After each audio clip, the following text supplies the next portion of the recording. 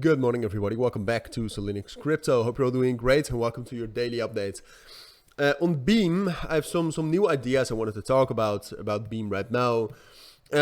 Perhaps I'm getting a little bit more bullish. I'm not too sure about that yet, but there's at least, I see the market structure a little bit different right now. So I wanted to talk about that, and I just wanted to do a daily update, right? I mean, these daily updates, I know some of you still find them valuable. I mean, Beam itself, if you look at it, I mean, it's obviously not as bullish as it used to be. And this is the 1 hour time frame. It's not that long ago. I mean, last week, Tuesday, we were still super bullish.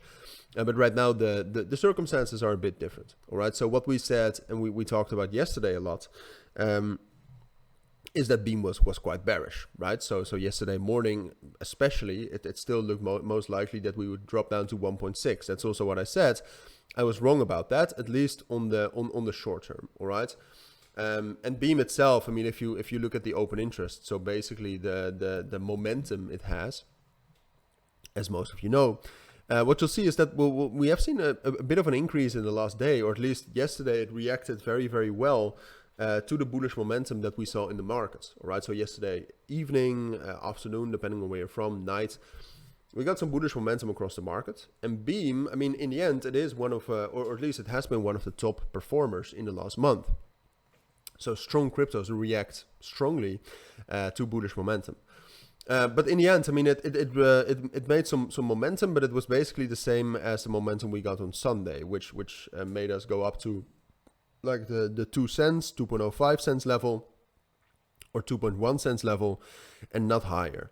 And that's the same what happened right now. But what that does mean, or what that means for the market structure, is that there's potentially some sort of a consolidation forming here. All right, and you can also see that with the EMAs here. The EMAs yesterday, they were still very bearish, right? They were on top of the price and they were pushing the price down. And now they're in the middle, and the ADX is still quite high, but now they're in the middle, which means that there's room for a consolidation.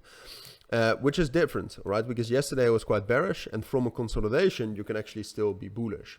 Now, if you look at the momentum right now, it has dropped down, and it has, can I please check that out? So the momentum has dropped down a bit, and it has normalized. So I'm not going to tell you that there's going to be a huge rally soon, all right? That doesn't look most likely, but it does. I still am actually more bearish on Beam than I am bullish, just to be honest with you. But I do think there's more potential. Like the EMAs are usually the middle of the range. And then you can also see that there's this major resistance level right now, which has also been a major resistance in the last couple of days, around 2.1 and 2.15. So that's the top of this range. And then the EMAs are in the middle. So the bottom of the range would probably be around like 1.8 cents. All right. So we have already dropped down below that level once, but let's say that's the bottom. What I would say is most likely from here, because I still have a bit of a bearish bias, because I think Beam was a bit manipulated and therefore has to drop down a little bit lower, I will tell you that I still think it's most likely that we'll drop down to the bottom of the range, and that eventually the bottom will fall out, and that will still drop down towards 1.6 and 1.5. But to be honest, I mean, maybe there's a bit of a bias in me that just wants me to be right, just to be completely open with you.